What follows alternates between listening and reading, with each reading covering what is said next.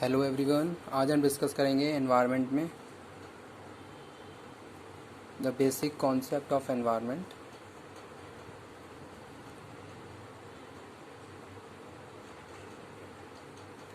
Environment the total our surrounding.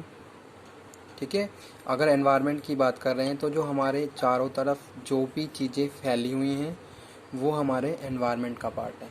ठीक है, तो इसीलिए यहाँ पे मैंने लिखा है environment the total of our surrounding. हमारे चारों तरफ जो भी चीज़ें हैं, चाहे हम लिविंग बींग्स की बात करें चाहे हम नॉन लिविंग थिंग्स की बात करें, ठीक है, वो सारी चीज़ें किसका पार्ट है? हमारे एनवायरनमेंट का पार्ट है।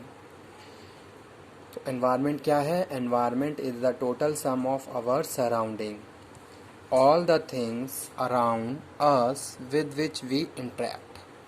सेकेंड वन यहाँ पे लिखा हुआ है all the things around us with which we interact. जो भी चीज़ें हमारे चारों तरफ हैं और डे टू डे जिन जिन चीज़ों से हमारा इंटरेक्शन है। अगर हम बात करें जो भी हमारी सराउंडिंग्स हैं तो हमारी सराउंडिंग का हमारे ऊपर इफ़ेक्ट पड़ता है। ठीक है, और हमारा इफ़ेक्ट भी हमारी जो डे टू डे एक्टिविटीज़ होती हैं उसका इफ़ेक्ट भी हमारी सराउंडिंग पे पड़ता है, यानी कि हमारे एनवायरनमेंट पे पड़ता है।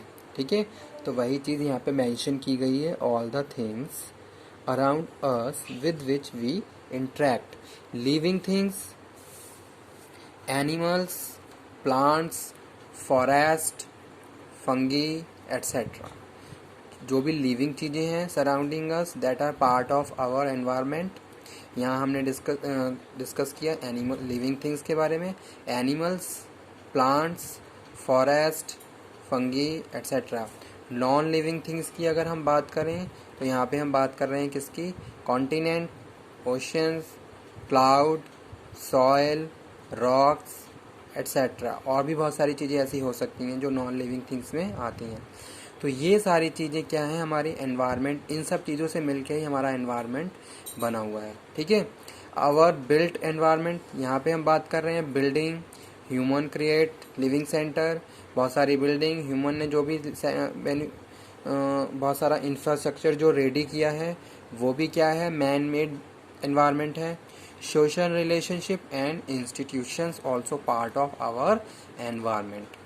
तो अगर एनवायरनमेंट के बारे में हम बात कर रहे हैं तो हम बात कर रहे हैं the total of our surrounding which include living things, non living things, our built environment, social relationship and institutions. Okay, human exist within environment are part of nature. ठीक है, तो हम जिस भी एनवायरनमेंट में रह रहे हैं वो हमारे नेचर का पार्ट है। ठीक है, our survival depend upon healthy functioning planet. और हमारी सर्वाइवल किसके ऊपर डिपेंड है? हेल्दी एनवायरनमेंट के ऊपर डिपेंड है। जितना ज़्यादा एनवायरनमेंट हेल्दी होगा उतनी ही ज़्यादा हमारी सर्वाइवल अच्छी होगी। देखा होगा आपने कभी कभी बहुत सारे इंसिडेंट ऐसे हुए जिसकी वजह से हमारा एनवायरनमेंट क्या हुआ? इफ़ेक्टेड हुआ, और उसका इफ़ेक्ट ह्यूमन बीइंग पे पड़ा। जैसे आपने सुना होगा बहुत सारे ऐसे केसेस हो जाते हैं जिसकी वजह से एनवायरनमेंट पोल्यूट हो जाता है और उसका इफ़ेक्ट किसके? डायरेक्टली इनडायरेक्टली ह्यूमन जो भी आसपास को जो भी एरिया है और जो भी उसमें लिविंग बींग्स चाहे नॉन लिविंग बींग्स है उसके ऊपर पड़ता है। ठीक है, जैसे सपोज एक एग्जांपल कोट करूं गैस लीकेज का। अगर कहीं कोई ऑर्गेनाइजेशन जहाँ पे गैस लीकेज हो गई, ठीक है, अब वो गैस लीकेज अभी रिसेंट में भी बहुत सारे ऐसे केसेस सामने आए थे जिसकी वजह से बहुत सारी ह्यूमन रिसोर्स और बहुत सारी चीज़ें जिसके ऊपर इफ़ेक्ट पड़ा था। ठीक है, तो अगर कहीं ऐसा इंसिडेंट हो भी गया है तो उससे क्या होता है? हमारा जो एनवायरनमेंट है वो क्या हो जाएगा? पोल्यूट हो जाएगा। जब एनवायरनमेंट पोल्यूट हो जाएगा तो आसपास जो भी एरिया है उसके ऊपर उसका इफ़ेक्ट पड़ना स्टार्ट हो जाता है। ठीक है, अब इसके रिवर्स में अगर बात करूं, हमारी जो डे टू डे एक्टिविटीज़ हैं उससे भी हमारा एनवायरनमेंट इन्फ्लुएंस होता है। ठीक है, तो इसीलिए यहाँ पे लिखा हुआ है human exist within environment are part of nature, our survival depends upon healthy functioning planet. Healthy environment क्या है हमारे सर्वाइवल के लिए बहुत ज़्यादा इम्पॉर्टेंट एस्पेक्ट है। जितना ज़्यादा एनवायरनमेंट हेल्दी होगा उतनी ज़्यादा हमारी सर्वाइवल, हमारी हेल्थ और ज़्यादा अच्छी होगी। आज की टाइम में क्या है, हर इंडिविजुअल बहुत ज़्यादा हेल्थ कॉन्शियस है। अब हेल्थ कॉन्शियस है तो वो बहुत सारी एक्टिविटीज़, बहुत सारे ऐसे प्रिवेंशन, बहुत सारे प्रिकॉशन ऐसे लेके चलता है जिसकी वजह से उसको कोई इफ़ेक्ट ना हो, साथ के साथ एनवायरनमेंट को भी कोई इफ़ेक्ट ना हो। आज के टाइम में इस एनवायरनमेंट को की जो नॉलेज है उसको भी बहुत ज़्यादा अपग्रेड किया जा रहा है, बहुत ज़्यादा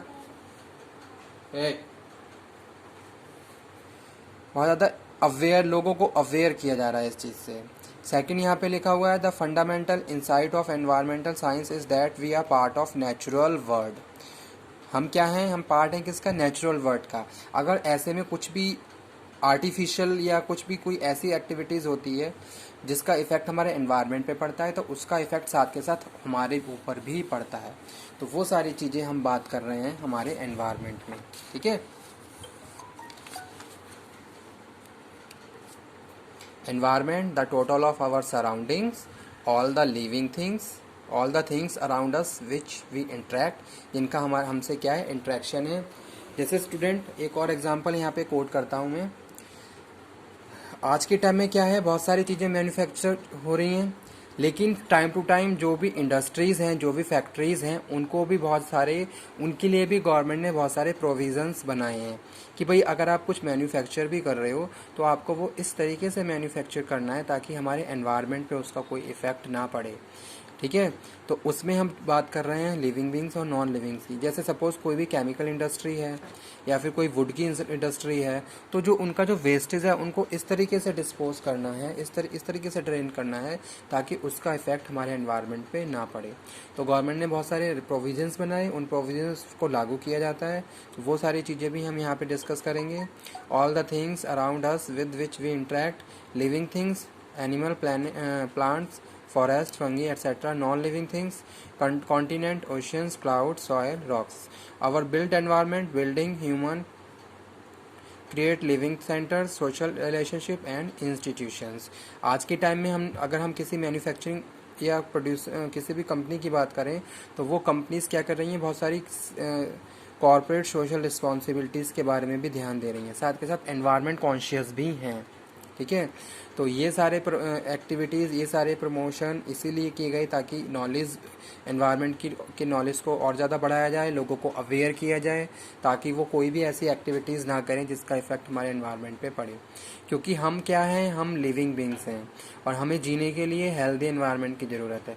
और वो हेल्दी एनवायरनमेंट हमें तभी मिल सकता है जब हम नेचर के साथ कुछ ऐसा ना करें जिसका इफ़ेक्ट हमारे ऊपर पड़े। साथ के साथ हम अपनी जो भी डे टू डे एक्टिविटीज़ हैं, चाहे हम पर्सनल लाइफ की बात करें, चाहे हम प्रोफेशनल लाइफ की बात करें, ठीक है, वो सारी चीज़ें हमें सोसाइटी को ध्यान में रखते हुए, एनवायरनमेंट को ध्यान में रखते हुए ही पूरा करना है, ठीक है। Human exist within environment are part of nature. हम क्या हैं, एनवायरनमेंट में ही एग्जिस्ट करते हैं, ठीक है। Our survival depend upon healthy functioning planet. हमारी सर्वाइवल किसके ऊपर डिपेंड है, हेल्दी प्लानट के ऊपर डिपेंड करती है।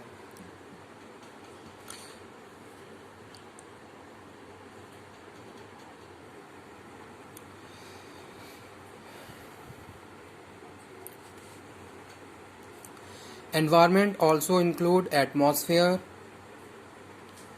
as a part of environment. These are as a part of environment: atmosphere, hydrosphere, lithosphere, biosphere, ठीक है। एक बार दोबारा से मैं इसका रिवीजन करवा देता हूँ। एटमॉस्फेयर क्या है, the atmosphere imply the protective blanket of gases surrounding the earth. अब ये जो हमारा जो एटमॉस्फेयर है ये पॉल्यूट भी हो सकता है अगर कुछ ऐसी एक्टिविटीज़, मैन मेड एक्टिविटीज़, जिसकी वजह से हमारी जो लेयर है या फिर जो भी ब्लैंकेट है गैसेस की, इसमें बहुत सारे अल्ट्रेशन हो सकते हैं और पॉल्यूटेंट्स जाके हमारे एनवायरनमेंट को, हमारे एटमॉस्फेयर को पॉल्यूट कर सकते हैं, ठीक है। तो हमें क्या करना है, हमें कॉन्शियस रहना है इन सब चीज़ों से, और हमें इन सब चीज़ों की प्रॉपर नॉलेज भी होनी चाहिए कि हमें डे टू डे क्या करना चाहिए और क्या नहीं करना चाहिए। तो ये भी किसका पार्ट है, हमारे एनवायरनमेंट का ही पार्ट है। हाइड्रोस्फीयर की जैसे हम बात कर रहे हैं, अब जैसे वाटर रिसोर्सेज की बात कर रहे हैं, वाटर आज के टाइम में अगर आपने देखा होगा बहुत सारी ऐसे एरियाज़ हैं जहाँ वाटर की बहुत ज़्यादा स्केर्सिटी है, ठीक है। लेकिन कुछ जगह ऐसे भी हैं जहाँ वाटर को बहुत ज़्यादा वेस्ट किया जा रहा है, बहुत ज़्यादा पोल्यूट किया जा रहा है, ठीक है। अब हमें देखना है ये सब चीज़ें किस तरीके से हमारे लिए इम्पॉर्टेंट है और हमारे ऊपर इफ़ेक्ट भी डाल रही हैं और उसके साथ साथ एनवायरनमेंट पे भी इफ़ेक्ट डालती हैं। जैसे आपने देखा होगा बहुत सारा वेस्टेज वाटर के साथ जो वेस्टेज है हम ड्रेन कर देते हैं या फिर डक कर देते हैं। तो कहीं ना कहीं ये सारी चीज़ें हमारे वाटर को भी पोल्यूट करती हैं और उसका इफ़ेक्ट डायरेक्टली इनडायरेक्टली हमारे ऊपर ही पड़ना स्टार्ट हो जाता है। तो ये हम यहाँ पे बात कर रहे थे। उसके बाद जैसे बात करें lithosphere is the outlet mental of the solid earth. अब एयर है, वाटर है, डस्ट है, फ्यूम्स हैं, ये सारी चीज़ें मिलके क्या कर रही हैं, जो हमारी जो क्रस्ट है या फिर जो मेंटल है उसको भी क्या करती हैं, इफ़ेक्टेड करती हैं। अगर हम बात करें इन सब चीज़ों की, तो इसका इफ़ेक्ट भी हमारे ऊपर पड़ता है, ठीक है। बायोस्फीयर की बात करें, biosphere indicate the living organism of the interaction. जैसे कि जो भी ऑर्गेनिज्म चाहे लिविंग बींग्स हैं, अब उसमें किस तरीके से आपस में एक दूसरे का कनेक्शन है, ठीक है। तो वो यहाँ पे हम बात करते हैं। तो ये सारी चीज़ें किसका पार्ट है, हमारे एनवायरनमेंट का ही पार्ट है। तो इसीलिए यहाँ पे स्टार्टिंग में यहाँ मेंशन किया गया environment the total of our surrounding, जहाँ हम बात कर रहे हैं all living things, non living things, our built environment, social relationship and institution. अगर इसके रिवर्स में बात करूँ तो एटमॉस्फेयर, ठीक है। एटमॉस्फेयर में जो भी चीज़ें हैं, हाइड्रोस्फीयर की बात करें, लिथोस्फीयर की बात करें, इस तरीके से जो भी एनवायरनमेंट का पार्ट है वो सारी चीज़ें कहीं ना कहीं आपस में इंटर रिलेटेड हैं और इसका इफ़ेक्ट कहीं ना कहीं हमारे ऊपर और हमारी नेचर के ऊपर पड़ता है, ठीक है। तो ये था आज का लेक्चर। नेक्स्ट लेक्चर में हम डिस्कस करेंगे नेक्स्ट टॉपिक एनवायरमेंटल साइंस का। आज के टॉपिक को मैं यहीं पे फिनिश करता हूँ। Okay, thank you very much, hope so next lecture और भी हमें